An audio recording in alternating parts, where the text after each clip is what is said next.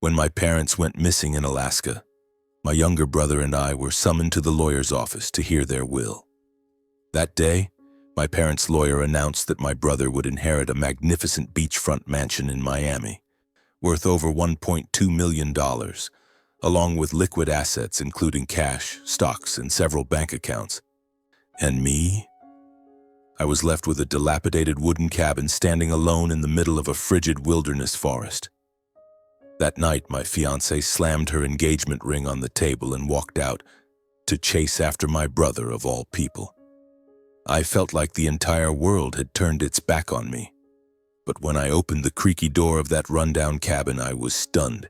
Hidden inside was a secret map leading to mineral deposits worth over $500 million. I kept it a secret, remembering my father's words, a native Alaskan who once taught me, "Money means nothing if it comes at the cost of nature." But then, during a moment of mockery from my brother and ex-fiancée, I let slip just one sentence, and the secret shattered like glass hitting the floor. From that moment, my brother and I were thrust into a bitter battle over the inheritance, unaware that the ones pulling the strings behind it all were our parents. Hello, my name is Francis Nanook. I was born in Fairbanks, Alaska, where the bone-chilling cold was a constant companion that never left. Our wooden cabin teetered on the edge of the forest, where towering pines stood like sentinels guarding the secrets of the land and sky. The house was small, just a single room that served as both living room and kitchen, a bedroom for my parents, and a cramped attic corner where I curled up in blankets each night, listening to the wind whistle through the wooden cracks. In winter, snow blanketed the roof, and I often woke up with numb fingers despite burrowing deep into a pile of worn-out blankets. My father, Elias Nanook, was a native Alaskan of Inuit descent. He was tall and sturdy, with eyes sharp as a blade and black hair tied neatly at the nape of his neck. He used to be a hired hunter, guiding expedition groups deep into the forest. Later, he worked at a sawmill, then a logging company. The work was grueling, but he never complained. To him, labor was a way to prove one's worth to this land. "The land is our mother," he'd say in his deep, steady voice, solid as stone. "You must respect it, for it sustains us, but it can also swallow us whole if we betray it." My mother, Kelly, was the opposite, a gentle woman with golden hair and a smile as warm as the rare sunlight in an Alaskan winter. She was of European-American descent and worked part-time as an office clerk. She loved me. I knew it from the way she stroked my hair every night or slipped a warm piece of bread from the oven into my hand. But she also always supported my father's strictness. "Your father wants what's best for you," she'd say whenever I grumbled about being sent to chop firewood in sub-zero cold. Our family was poor, not the kind of poverty that left us starving or in tattered clothes, but the kind that forced us to weigh every penny carefully before spending it. I remember days following my father into the forest, carrying a tiny axe on my shoulder, chopping dry branches for firewood. Sometimes I waded into the river, the water so cold it felt like my feet were turning to stone just to catch a few salmon for dinner. Once I even secretly scavenged scrap metal from a dump near town, selling it for a few dollars so my mother could buy extra salt or sugar. Back then, I didn't think of it as hardship. It was just how we lived, how Mother Alaska forced us to live. My father taught me everything about survival. By age 4, I could start a fire with just a flint and a few dry twigs. By 6, I could build a sturdy makeshift shelter in the forest, strong enough to withstand a blizzard. By 8, I could track a moose through the woods, though I was never strong enough to hunt one on my own. My father didn't just teach me skills, he taught me a way of thinking. "Never take more than the land allows," he said when we fished. "Take only what you need to live and leave the rest for tomorrow." My childhood was shaped by those harsh days when the cold of Alaska seeped into every breath. I didn't have fancy toys or know the luxury of extravagant trips.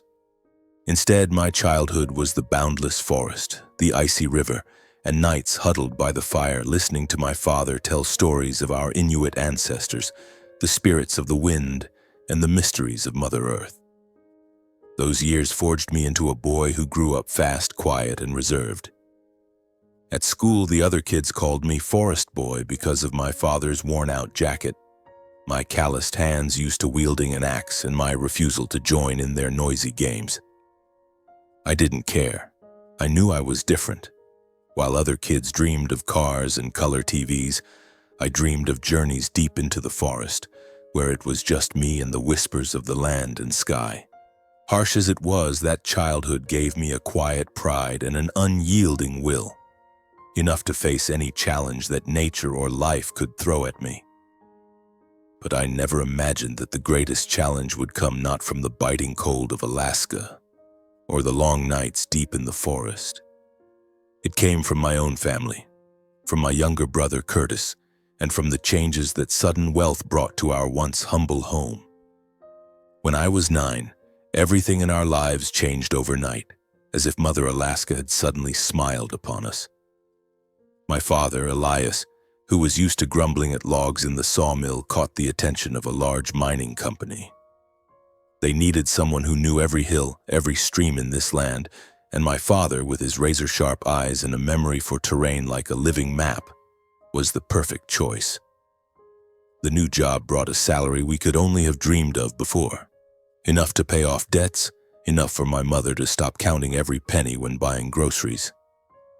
For the first time in our lives, our family escaped the shadow of poverty.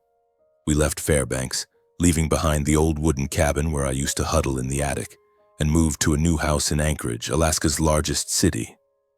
Our new home had a proper fireplace, clear glass windows, and no gaps for the wind to sneak through. After moving to Anchorage, my mother quit her part-time office job to open a small diner. The diner, located at a bustling street corner, had a wooden sign carved with Kelly's Kitchen and the mouth-watering aroma of freshly baked bread wafting through the neighborhood. Customers flocked in, from locals to long-haul truck drivers. My mother smiled more, her eyes lighting up every time she saw the cash register brimming. That same year, Curtis was born. My younger brother, a boy with golden hair like our mother's and big sparkling eyes like a summer lake. Curtis came into the world at a time when our family no longer worried about food or clothing. He grew up in a warm house, with a room full of toys I never dared dream of at his age. I remember pushing Curtis's stroller around the neighborhood, watching him giggle as our mother handed him a brand new stuffed bear. I wasn't jealous, truly. Curtis was my little brother, and I loved him. I liked being the big brother, teaching him how to tie his shoes or showing him how to read the clouds to predict rain. But as Curtis grew, I began to notice differences, not just between us as brothers, but between the worlds we were raised in. I grew up in bone-chilling cold and days of chopping firewood until my hands went numb, in the harsh lessons my father taught me about survival. I absorbed his teachings about preserving nature, the way he looked at me as if he were entrusting me with the legacy of our Inuit ancestors. And Curtis?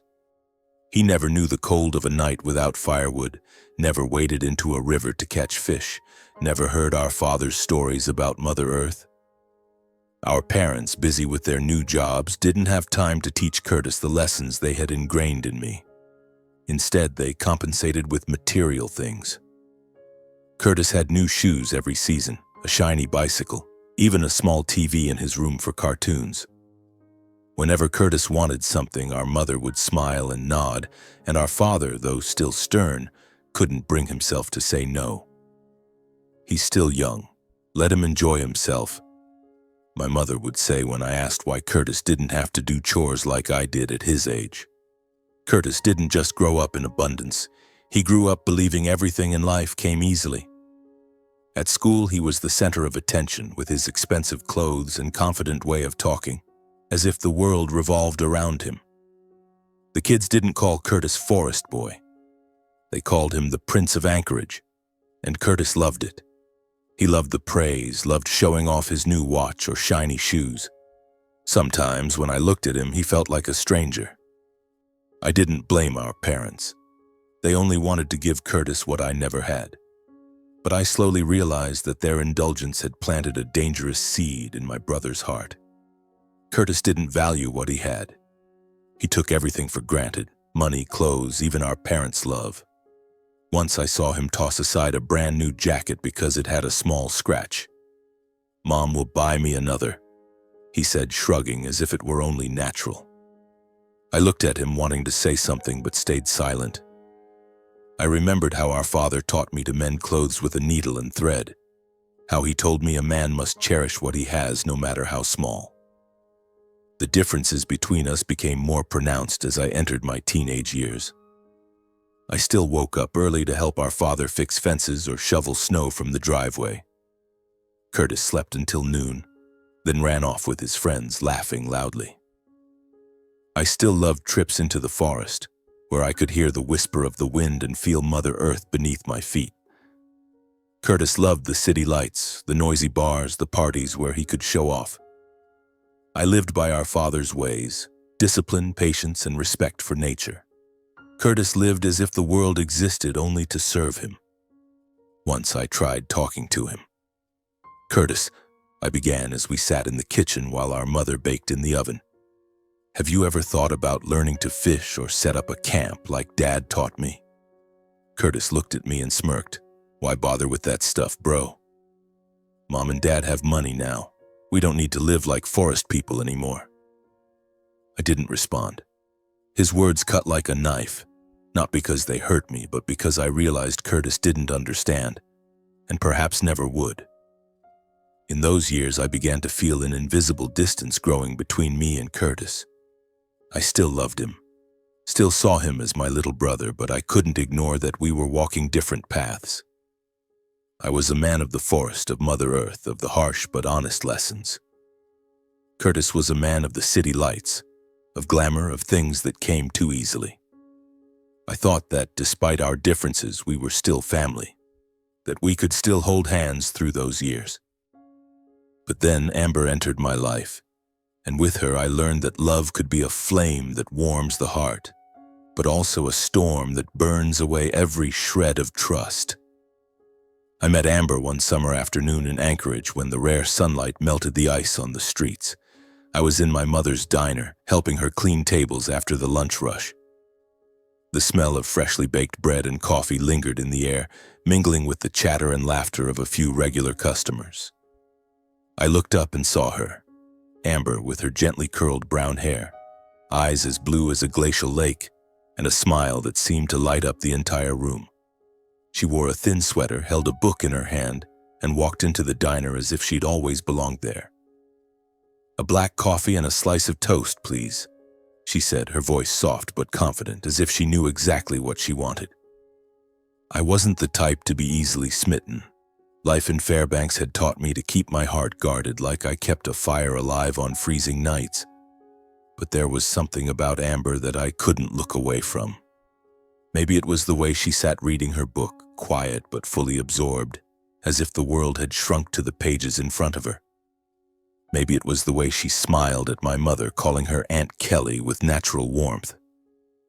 Or maybe it was simply that she felt different from the girls I'd met who only cared about parties or new dresses.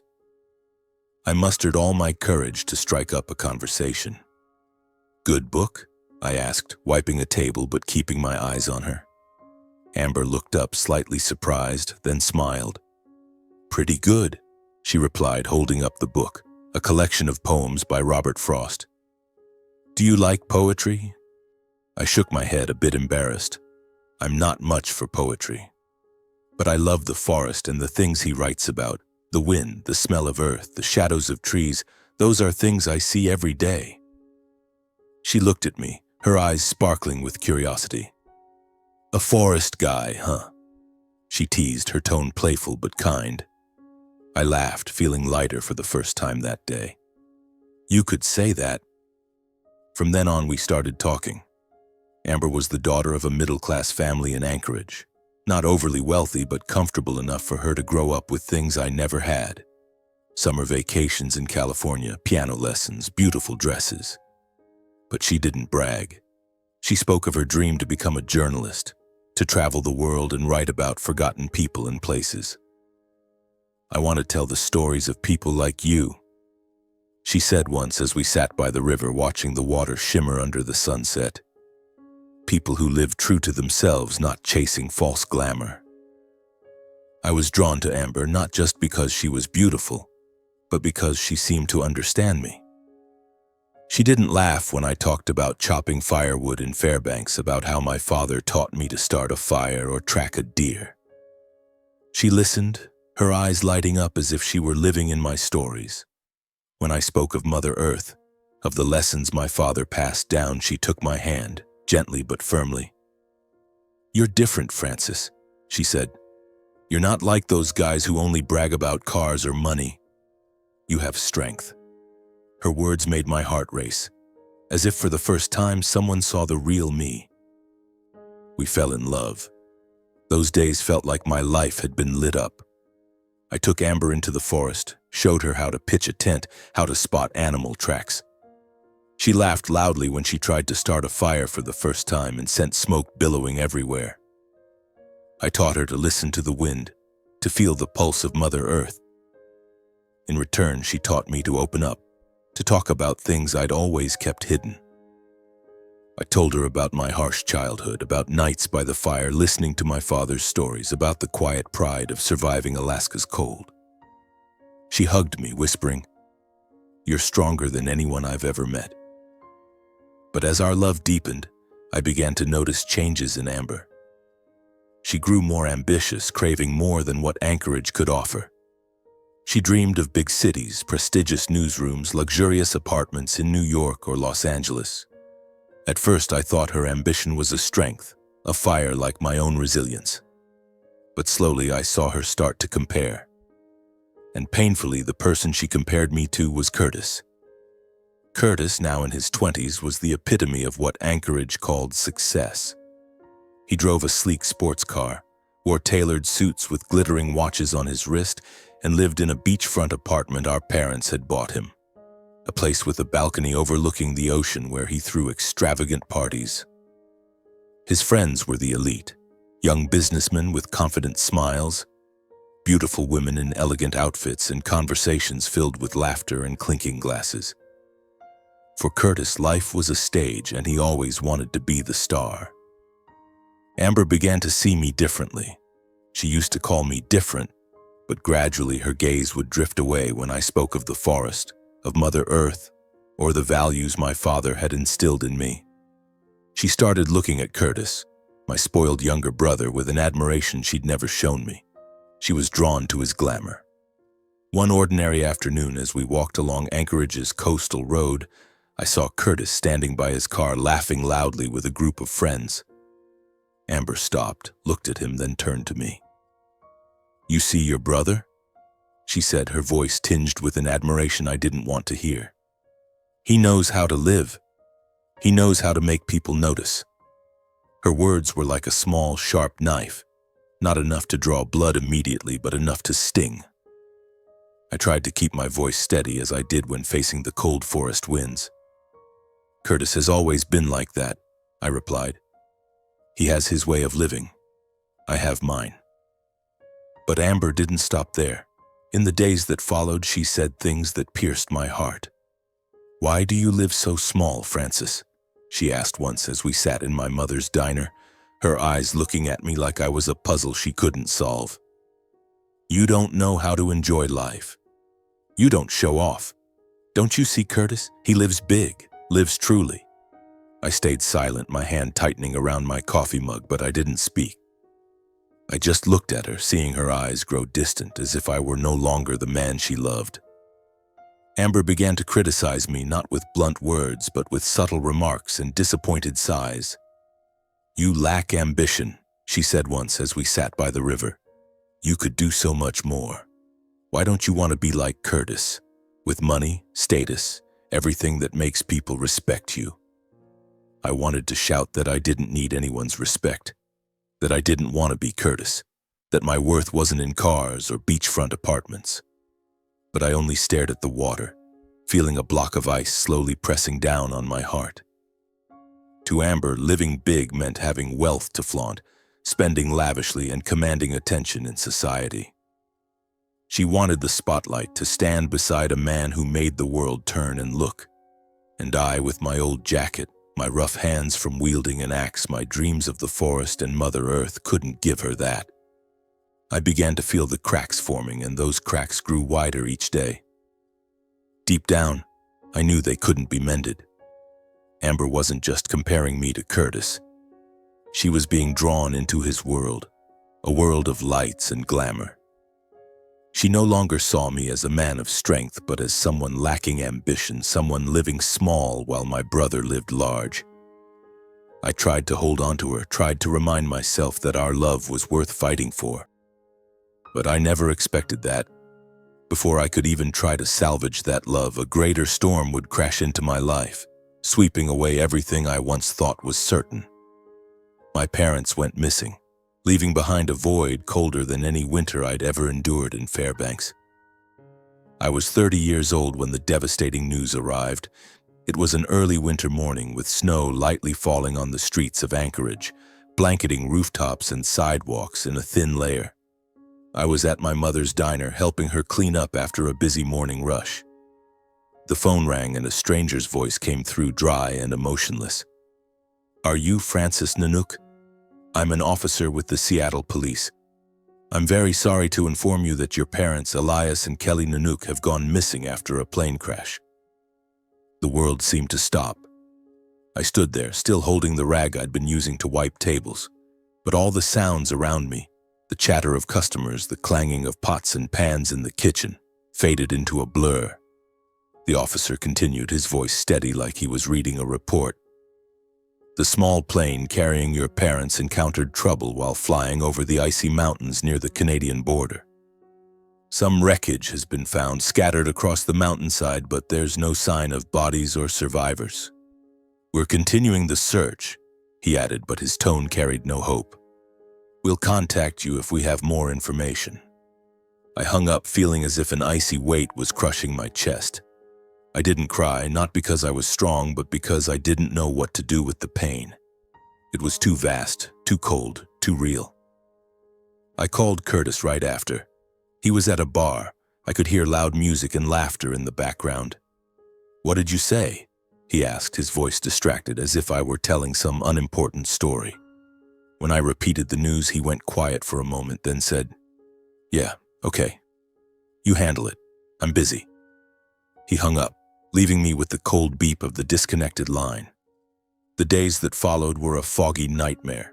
Local media began covering the crash. "Alaska couple missing in plane crash," screamed the sensational headlines in Anchorage newspapers. People in the community, those who'd eaten my mother's bread or been guided through the forest by my father, came to the diner to express their condolences. They hugged me, offered words of comfort, but I felt only emptiness. Amber stayed by my side, at least at first. She held my hand, whispering that she'd always be there, that we'd get through this together. But her eyes were distant, no longer warm like they used to be. While I drowned in grief, Curtis acted strangely. He showed up at the diner a few days later, dressed impeccably as always, in a new leather jacket and polished shoes. "How's it going, bro?" he asked, his voice light but insincere. I looked at him and saw a stranger, someone seemingly untouched by the pain I was carrying. "Aren't you sad?" I asked, my voice hoarse.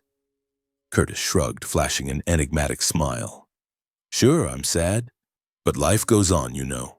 Mom and Dad would want that." I didn't respond. I couldn't fathom how he could be so calm. But then I overheard him talking to a friend on the phone right there in the diner, his voice brimming with excitement. "Yeah, the will's probably gonna be read soon. Hopefully there's something worthwhile, right?" I stood there, my hand gripping the edge of the table, feeling a cold wind blow through my heart. Curtis wasn't just calm, he was thinking about the inheritance, about what our parents might have left behind, while I still couldn't accept that they were gone. A few weeks later, the court declared my parents deceased, based on the plane wreckage and the absence of any signs of survivors. Death certificates were issued, cold and official, like a final punctuation mark on all hope. I didn't want to believe it, couldn't believe it, but the papers in front of me with their red seals and judge's signature left no room for denial. The Anchorage community began to express their grief. They brought to our house loaves of bread, salmon soup, and carefully woven wreaths of golden wildflowers. The next day, a small memorial was held by the river where my father used to fish. People lit candles in the cold Alaskan wind, sharing memories. How my father had helped them repair boats, how my mother baked bread to share with the neighborhood every winter. I stood listening silently, realizing that my parents didn't just belong to me, they were part of this community. But when the last candle flickered out and everyone left, I was alone again with a void nothing could fill. Amber stayed with me during those days, but her presence only deepened my pain. She tried to comfort me, but her words sounded rehearsed. "Francis, you have to be strong," she said, but her eyes looked elsewhere, as if her mind was on something else. And I kept going to the diner, wiping tables, answering customers' questions about my parents, but my mind was elsewhere. Lost in the forests I used to roam with my father. I dreamed of my parents every night, my father standing by the river teaching me to fish, my mother in the kitchen smiling at me through the steam of baking bread. But every morning I woke to the cold truth. They were gone, and I didn't know how to keep living. And then, on a gloomy afternoon when the Anchorage sky was heavy with clouds as if it too carried my sorrow, the phone rang. A polite but cold voice came through. "Francis Nanook, this is Gunnar Holm, your family's lawyer.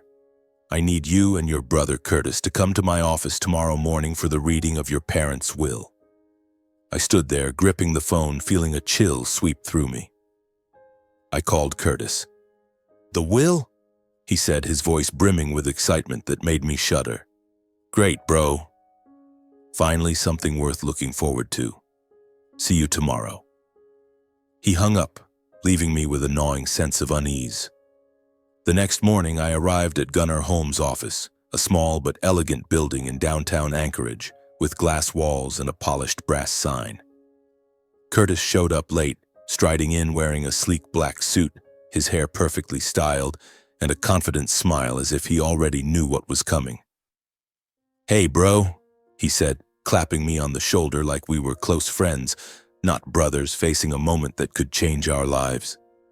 The lawyer's meeting room was small but stifling, with a long wooden table and leather-upholstered chairs. Gunnar Holm, a middle-aged man with silver hair and gold-rimmed glasses, sat at the head of the table, a thick stack of documents in front of him. He looked at us, his expression stern but neutral. "Francis, Curtis," he began, his voice steady like a proclamation. "Today we will read the will of Elias Nanook and Kelly Nanook. I offer my condolences for your loss. But as per your parents' wishes, I will now read what they have left behind." I sat there, my heart pounding, not because I expected anything, but because I felt like I was reopening a wound that hadn't healed. Curtis, on the other hand, sat upright, his eyes gleaming as if the lawyer were about to hand him a golden key. Gunnar opened the file, flipped a few pages, and began reading. His first words hit the room like a cold gust of wind. "To our youngest son, Curtis Nanook, we leave the beachfront mansion in Miami, valued at over $1.2 million, along with liquid assets including cash, stocks, and several bank accounts." The room seemed to hold its breath. Curtis let out a small, triumphant laugh, unable to hide his satisfaction. Gunnar continued, his voice still calm. "To our eldest son, Francis Nanook, we leave the wooden cabin in the remote forest near Fairbanks, Alaska, where our family lived in our youth." He paused, looking at me as if expecting a reaction. I said nothing. I couldn't say anything. The cabin, the place where I'd huddled in the attic, where my father taught me to start a fire, where my mother sang me lullabies on freezing nights. It was now just a dilapidated legacy, something no one wanted, something no one cared about. I felt as if my parents had disowned me, as if all my efforts, my discipline, the lessons I'd learned from them were meaningless. Curtis looked at me, his smile now wider, dripping with smugness. "Well, bro," he said, his tone mocking, "that cabin's perfect for you. Forest guy, right?" I didn't respond, only feeling betrayed, not just by Curtis, but by our parents, the people I thought understood me better than anyone. That evening, I returned to my small apartment carrying a heavy pain. Amber was waiting for me, sitting on the sofa, but her eyes no longer held the warmth they once did. "So, how'd it go?" she asked, her voice cold as if she'd already guessed the outcome. I recounted everything, each word like a knife I drove into my own heart. When I mentioned the cabin, she laughed. Not a joyful laugh, but a bitter, almost scornful one. "A rotting wooden cabin?" she said, standing up, hands on her hips. "That's all you got? Francis, are you serious? Curtis gets $1 million mansion and you get a pile of broken wood?" I tried to explain, tried to say I didn't care about money, but Amber wouldn't listen. She paced the room, her voice rising. "Don't you see? Curtis knows how to live, how to win. And you? You cling to that small life, holding on to your forest, your Mother Earth nonsense, but where has it gotten you? A crumbling cabin?" She stopped, staring straight at me, her eyes flashing with disappointment. "You're a loser, Francis. You'll never measure up to your brother." Her words were like a blizzard sweeping away the last of my hope. I stood there, silent, watching as Amber slammed the engagement ring on the table, the ring I'd saved up for a year to buy. "I can't live like this," she said, her voice trembling but resolute. "I need a man who lives big, who does something with his life. Not someone who just holds an axe and dreams of the forest." She turned and walked out of the apartment, leaving me with the sound of the door slamming shut. Just a few days after our fight, Amber went public with her new relationship, with Curtis. My younger brother, with his $1 million mansion and triumphant smile, had become the man she chose. I sat in my empty apartment, clutching the ring she'd left behind, feeling as if everything I'd believed in, love, family, loyalty, had melted away like snow under the sun. I'd lost my parents, I'd lost Amber, and now I felt like I'd lost myself. In the days after Amber left, I lived like someone trapped in a blizzard, unable to see the path ahead, hearing nothing but the howling wind in my mind. I avoided Curtis, avoided my mother's diner, which had once been my only solace. Every street corner in Anchorage now felt like a reminder of betrayal. Amber's smile as she stood beside Curtis, his triumphant look when he learned he'd inherited the $1 million mansion. I couldn't stay in this city any longer. Couldn't face the pitying glances of neighbors or the whispers behind my back. I needed a place to breathe, a place to rediscover myself. I decided to head to the log cabin in Fairbanks, the legacy my parents left me, though in everyone else's eyes it was just a pile of rotting wood. The journey to Fairbanks was long and cold, like a trip back to my childhood. I drove my father's old, beat-up truck through snow-covered roads, flanked by endless stretches of pine forests. Every tree, every hill stirred memories. "The land is our mother," my father used to say, his voice as steady as stone. "You have to listen, to respect it, and the land will answer." I wondered if Mother Earth was answering me now or merely punishing me. The cabin came into view as I turned onto a rough dirt road. It was smaller than I remembered, its roof sagging, the wooden walls grayed by years of rain and snow. The windows were caked with dust. Some planks had rotted, and the chimney looked like it could collapse at any moment. I pushed the door open, and the hinges screeched like a lament. Inside, the air was cold and damp, smelling of rotting wood mixed with earth. Faint light filtered through the windows, illuminating the cracked wooden floor. I saw the attic corner where I used to sleep, the fireplace my mother once tended, the small table where my father had carved my name into a piece of wood. Everything was as it had been, but now it felt empty, like a house without a soul. I sat on the floor, my back against the wall, letting the pain wash over me.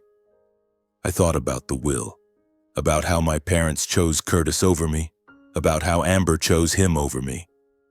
I started cleaning the cabin. I swept away dust, cleared broken bits of wood, and wiped down the fireplace. While trying to fix a loose floorboard, I noticed it made a strange hollow sound, as if there was a void beneath it.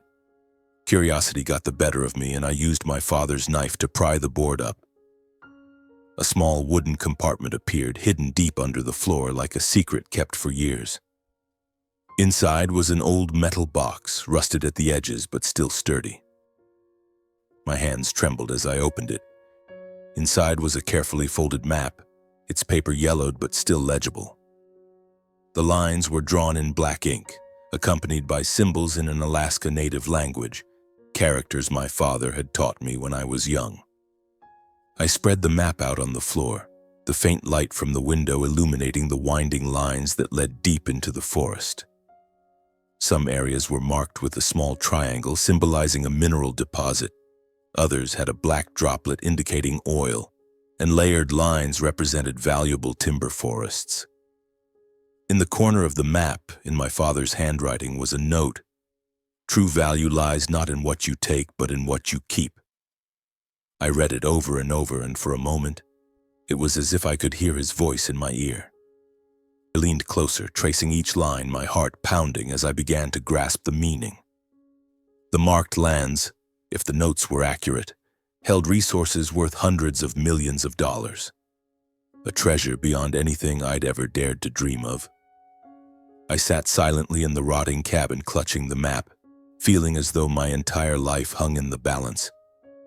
Part of me screamed to run outside, to shout to the world that I wasn't a failure, not the wilderness fool Amber had mocked, that I held a fortune that could make me richer than Curtis, richer than anyone. But another part, the part my father had patiently shaped, whispered a reminder. Not everything that can be taken should be taken. The land is our mother, and she must be preserved, not stripped bare. My heart began to tear itself apart. I didn't yet know what to do with the map, so I decided to bring it back to my apartment in Anchorage, hiding it in a locked drawer. Every night I took the map out and stared at it as if it could tell me what I should do. I imagined selling the information about those lands, getting revenge on Curtis by proving I was wealthier than him. I pictured Amber coming back, her eyes sparkling when she saw I was no longer the small-time man. But then I remembered my father, who taught me that Mother Earth is sacred, that taking too much is a betrayal. I remembered my mother, who once said happiness lies not in money but in how we live. I decided to keep the secret, to neither exploit nor sell it. I wanted to honor my parents' legacy, even if it meant I remained just Francis Nanook, the man of the woods, nothing more. But Mother Earth, as my father once said, always has ways of testing us. A month after my parents' disappearance, I decided to hold a small gathering to honor them, the people who raised me and Curtis, who left me with lessons that could never fade. I wanted a quiet space where family and friends could share memories of my parents, where I could feel them again, even if only through stories and smiles. I chose my mother's diner as the venue, because it was where she poured her heart, where the smell of fresh-baked bread and coffee still lingered like a piece of her soul. I stood in the diner, arranging chairs in a circle, placing a photo of my parents on the table, my father with his stern smile, my mother with her gentle eyes. Familiar faces arrived gradually, bringing flowers and condolences. Aunt Mary, my mother's cousin, hugged me tightly, tears streaming down her cheeks. Old Joe, who used to hunt with my father, patted my shoulder with quiet sympathy. I stayed silent, forcing a smile, but inside I felt only emptiness. Curtis arrived late as usual. He walked in, Amber at his side. Seeing her, my heart felt like it was being crushed. She held Curtis's hand, smiling lightly as he whispered something in her ear. I turned away, focusing on arranging coffee cups for the guests, but that image clung to me, like salt rubbed into a wound. The memorial began. People took turns sharing memories of my parents. Aunt Mary spoke of the time my mother taught her to bake bread, her voice choking with emotion. Joe recounted hunting trips with my father, laughing loudly as he recalled how my father teased him for being terrible at fishing. I spoke too, though my voice trembled. I talked about nights by the fire, listening to my father speak of Mother Earth, how he taught me that true value lies not in money but in integrity. But when it was Curtis's turn, he stood briefly, saying only a few words. Mom and Dad were amazing people. They worked hard to give us a better life. I'll always be grateful." He sat down and Amber clapped, her eyes full of pride. I looked at him, searching for a hint of sincerity in his voice, but found only shallowness. He spoke as if reading a prepared speech, not from the heart. I wanted to stand up, to scream in his face that our parents deserved to be remembered with love, not empty platitudes. But I held back, clenching my fists under the table, trying to stay calm. After the sharing, people began to chat and eat, and the atmosphere grew lighter. I stood in a corner of the room watching everyone, trying to blend in but feeling out of place. Then Curtis and Amber approached, each holding a glass of wine. "Well, big brother," Curtis said, his tone mocking, "this memorial's not half bad. But you know Mom and Dad would probably be prouder if you did something bigger than this little diner." Amber giggled, her eyes sliding over me, cold and distant. "Yeah," she added, her voice sweet but sharp as a knife. Their words ignited a fire inside me. I'd had enough. Enough of Curtis's taunts, Amber's scornful looks, the constant feeling of being belittled. I shot to my feet, my voice trembling with rage. "You think I'm nothing, don't you?" I was nearly losing control and the room fell silent. "You think I'm just a failure with a rotting cabin? Well, I have something neither of you will ever have." I paused, my heart pounding, knowing I was going too far but unable to stop. I found a map in the cabin, a map pointing to mineral deposits, oil, precious timber, worth over $500 million, you hear me? $500 million. The crowded room went deathly quiet, the air so thick I could hear my own heartbeat. Dozens of eyes turned to me, but they all blurred. Only Curtis and Amber stood out. Curtis's face paled for a moment, then twisted into a greedy smile. His eyes gleamed with suspicion and excitement, as if he'd already touched the gold. "Francis," Curtis said, his voice shaky but eager, "are you serious, or did you just lose it and blurt that out?" Amber was different. She leaned back in her chair, arms crossed, a mocking smirk on her lips. "Oh, come on, Francis. Another one of your attention-grabbing stunts? A treasure? Sounds like something out of a children's book." I didn't respond. My throat tightened, but my feet moved. I turned and left the diner in silence, ignoring the murmurs rising behind me. I had just revealed the biggest secret of my life, and I knew from this moment there was no going back. Curtis, with his insatiable greed, would surely pursue it to the end. Amber, with her cold pretense, would find a way to exploit it to the fullest. The door swung open. I stepped outside. The biting wind stung my skin, and snow fell heavily on the road, as weighty as the gaze of Mother Earth. Everything seemed to be watching, waiting to see which path I would choose next. Just a few days after the memorial, the real storm began. Curtis didn't waste any time. The morning after, as I sat in my small apartment trying to sort through my chaotic thoughts, a letter was slipped under the door. I opened it, and the cold words of a law firm hit me like a slap. Curtis had filed a lawsuit against me, accusing me of concealing family inheritance assets. The legal claim stated that the treasure map, the one I found in the cabin, was part of the Nanook family legacy, and that I, Francis, was intentionally trying to keep it for myself. I read it over and over, my heart pounding. Not from fear, but from a rage that flared like wildfire. My brother, the one who once held my hand as a child, who giggled when I fixed his bicycle, was now dragging me to court, as if we had never been family. But Curtis didn't stop at lawsuits. He was busy spreading rumors like a toxic wind sweeping through Anchorage. I heard from Aunt Mary that Curtis had been going around, from high society parties to family gatherings, telling anyone who would listen that I was a selfish man hiding a $500 million treasure, the legacy of the entire Nanook clan. "Francis thinks he can keep it all to himself," he'd say, his voice dripping with feigned indignation, as if he were the one betrayed. "He's not thinking of the family, not thinking of Mom and Dad." His words spread like fire through a dry forest, and soon it seemed the entire city had heard about Francis's treasure. Distant relatives began to circle like vultures smelling blood. Uncle Carl, a man I'd only met a handful of times in my life, called me one evening, his voice as sweet as honey.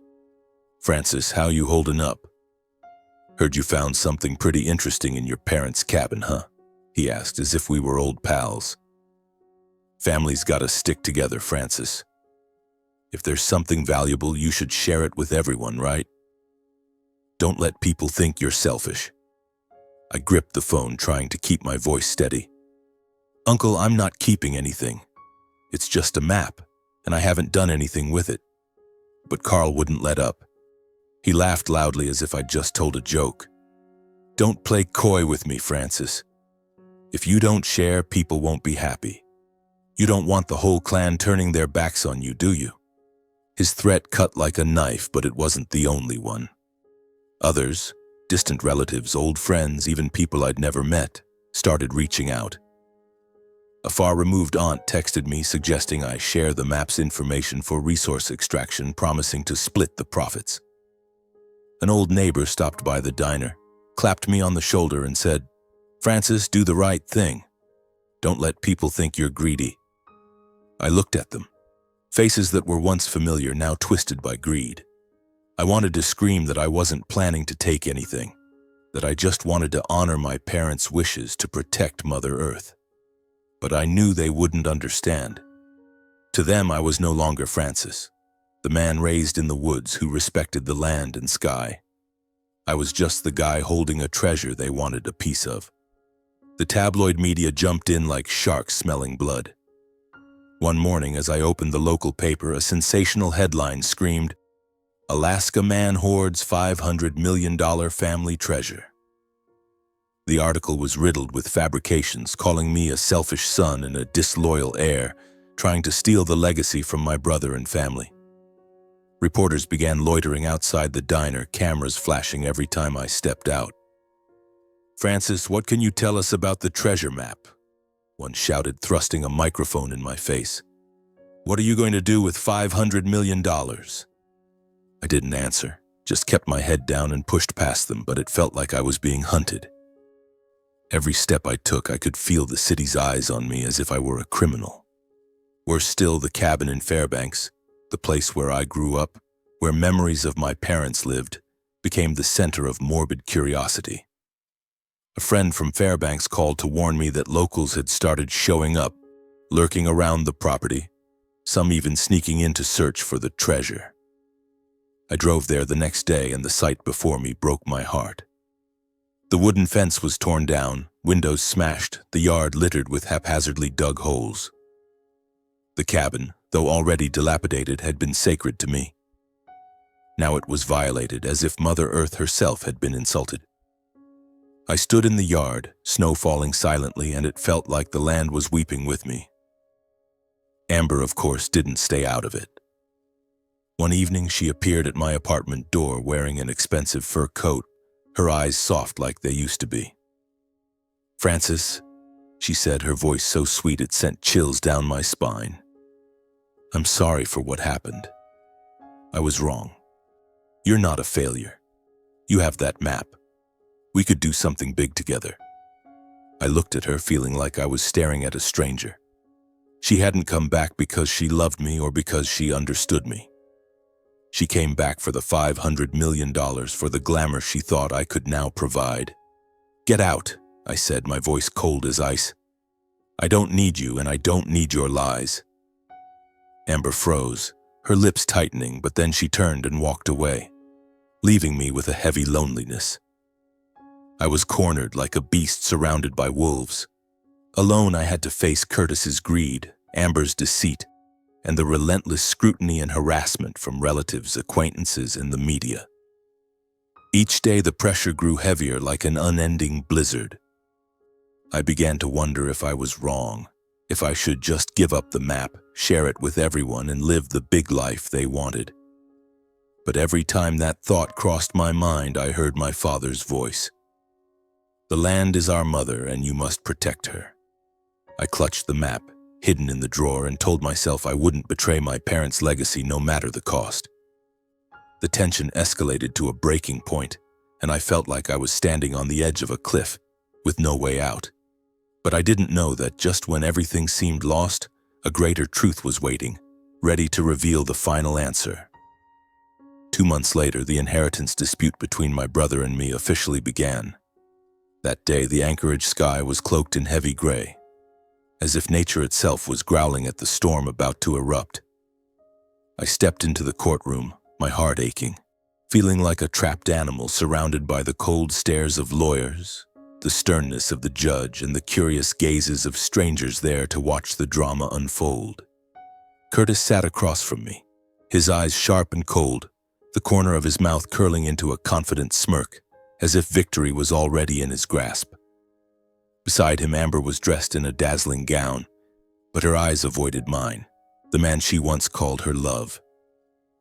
I clenched my rough hands inside my father's old jacket, my breath heavy as I tried to stay calm.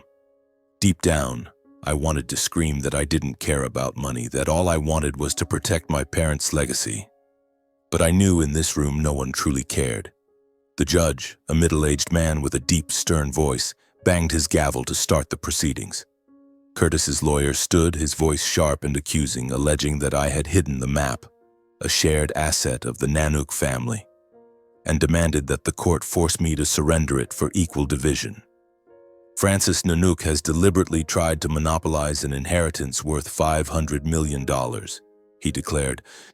He has not only betrayed his brother, but also the family and the values his parents left behind. His words were like daggers, slicing deep into my pride. I wanted to stand up to say that I never intended to keep anything for myself, that I only wanted to preserve Mother Earth, but my lawyer, a court-appointed one, told me to stay quiet, that he would handle the rest.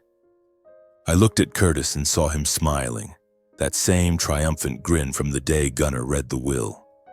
Amber held his hand, her eyes sparkling with pride, but I knew it wasn't for Curtis. It was for the $1 million mansion and the glamour she thought he brought. I bowed my head, trying to focus on my father's words. True value lies not in what you take, but in what you keep. But in this room, surrounded by greedy stares and accusations, I felt like I was losing, as if everything I believed in was meaningless. Then, just as the judge was about to ask me his first question, the courtroom door swung open. A cold gust of wind rushed in, accompanied by murmurs from those present. I looked up, and my heart stopped. Standing in the doorway with a familiarity that hurt were my parents, Elias Nanook and Kelly Nanook. My father, tall and sturdy, with his black hair tied back and eyes sharp as a blade. My mother, gentle with her golden hair and warm smile, though her eyes now carried a hint of sternness. The courtroom was stunned, gasps turning to shocked whispers before falling silent as my father stepped forward, his deep voice resonating through the room.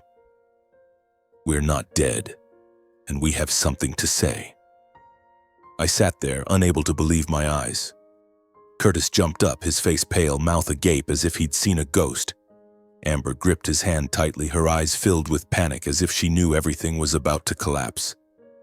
The judge banged his gavel, calling for order, but even he couldn't hide his astonishment. "Mr. and Mrs. Nanook," he said, his voice slightly trembling. "Please explain." My father stepped up to the stand, my mother beside him, her hand gently resting on his shoulder.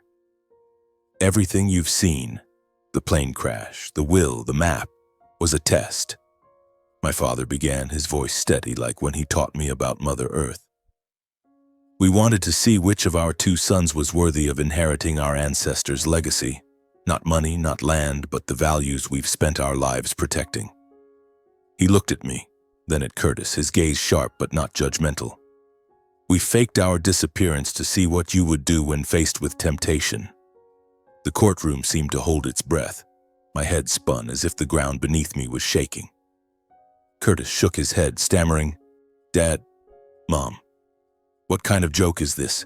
I inherited the mansion, the assets. The lawyer said so." Gunnar, who had been sitting in the corner, stood up, his voice calm but clear. "That will was fake, Curtis," he said. "At your parents' request, I presented a fabricated will to test you and your brother. The beachfront mansion in Miami, the liquid assets, They all still belong to Mr. and Mrs. Nanook. Curtis was stunned, as if he'd been slapped. Amber let go of his hand, her eyes frantic, darting from Curtis to me, then to my parents. I sat there, my heart pounding, not from joy but from realization. My father continued, his voice low but powerful. The map Francis found was also fake. Another test. The symbols and information on it were entirely fabricated. If Francis had let greed cloud his judgment, if he had tried to sell those secrets, he would have gained nothing and lost everything. But Francis chose to stay silent, to keep the secret and honor Mother Earth, just as I taught him. But you, Curtis? He looked at Curtis, his eyes sad but not angry. You let greed guide you. You sued your brother, spread rumors, and treated money as everything. You are not worthy of the Nanook name. Curtis bowed his head, unable to speak. Amber, pale as a ghost, stood up and stepped toward me. Francis, she whispered, her voice trembling, I was wrong. I shouldn't have left you. We can start over, right? I looked at her, her eyes now pleading, but all I saw was deceit. No, Amber, I said, my voice cold as ice. You chose Curtis for money, and now you're coming back for money. I don't need you. Amber stood there, humiliated, then burst into tears like a child. Meanwhile, the judge, still in shock, declared the lawsuit dismissed. My parents approached me, and my mother hugged me tightly, tears streaming down her cheeks. You did the right thing, Francis, she whispered. You're the son we've always been proud of. Curtis, now empty-handed, fell to his knees before our parents in the courtroom. I'm sorry, he said, his voice choked with sobs. I was wrong. Please give me a chance. My father looked at him, his gaze stern but not unforgiving. You'll have a chance, Curtis, he said, but you must prove yourself worthy. Live a year in the forest as I did and learn to respect Mother Earth. If you can do that, you'll have what you deserve. Curtis nodded, tears streaming down his face, and I saw in him a glimpse of the little boy who used to hold my hand years ago. That evening, in the wooden cabin in Fairbanks, where memories of my childhood still lingered in every weathered plank, I sat with my parents for the first time since those agonizing months when I thought I'd lost them forever. The firelight from the old hearth danced, casting flickering shadows on the walls. My father, with the rugged presence of an Inuit man, sat in an old wooden chair, his hands clasped tightly, his sharp eyes softened with affection as he looked at me. My mother, her golden hair now streaked with silver, sat beside me, her gentle hand resting on mine, warm as it was when she used to stroke my hair as a child. They told me their story, a story of survival, of love, and of unwavering faith in me. After the plane crash, my father began, his voice deep like the wind rustling through the pines.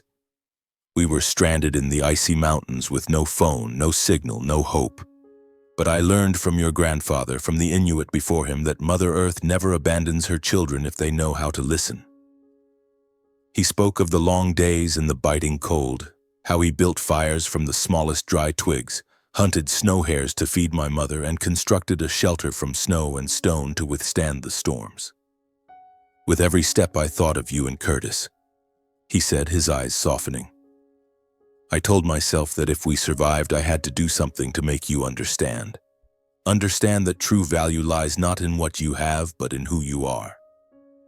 My mother squeezed my hand tighter, her eyes glistening with tears, but her smile still warm as the rare Alaskan summer sun. Francis, you are our pride, she said, her voice choked with emotion but filled with love. When you were young, I watched you chop firewood, wade into rivers to catch fish, and I knew you were stronger than anyone. Not because you were taller or stronger, but because you had the heart of Mother Earth, honest, resilient, and never betraying what your father taught you. She paused, wiping a tear from her cheek. When we decided to fake our deaths, I was terrified. Terrified that you'd hurt, that you'd think we'd abandoned you. But I believed in you. Believed that you wouldn't let greed guide you, that you'd hold on to our family's legacy. I sat there, in the familiar wooden cabin, feeling as if I were back in those nights by the fire, when my father told stories of our Inuit ancestors, when my mother sang me lullabies through blizzards. Their words were like a flame warming my heart, thawing the chill of those lonely months. "We wanted to see who you were when we were gone," my mother continued, her eyes locking onto mine as if to etch every word into my soul. "And you, Francis, gave us the answer. You didn't choose money, didn't choose glory. You chose Mother Earth, chose what we taught you. You are the son we've always been proud of." My father stood and walked to the hearth, where the firelight illuminated his face, highlighting its weathered but compassionate lines. He pulled a small wooden box from his coat pocket, intricately carved with Inuit patterns, a gift I recognized from my grandfather to him. "This is the real map," he said, handing it to me. "You have full authority over this map. To exploit it or preserve it, the choice is yours. But I trust you'll do the right thing, as you always have." I took the box, my hands trembling, feeling as if I were holding the entire legacy of our ancestors. I opened it and found a different map, drawn on animal hide, its lines meticulously detailed. It wasn't just a map, it was a promise, a responsibility, the soul of Mother Earth. I looked at my parents, tears streaming down my face, not from sorrow but from the realization that they had never abandoned me. "I'll keep it," I said, my voice hoarse. "I'll protect it as you have, as our ancestors have." My mother came closer, hugging me tightly as she did when I was a child. My father placed his hand on my shoulder, his gaze steadfast but filled with love. And now, in the old wooden cabin amid the crackling fire and the warm voices of my parents, I suddenly understood. True value doesn't lie in money, in mansions, or in treasures. It lies in character, in how we protect our legacy, in how we live true to our beliefs. I gripped the real map tightly, knowing with certainty that I would never exploit it. I would preserve it, as my parents had, as our ancestors had, so that Mother Earth would remain Mother Earth forever.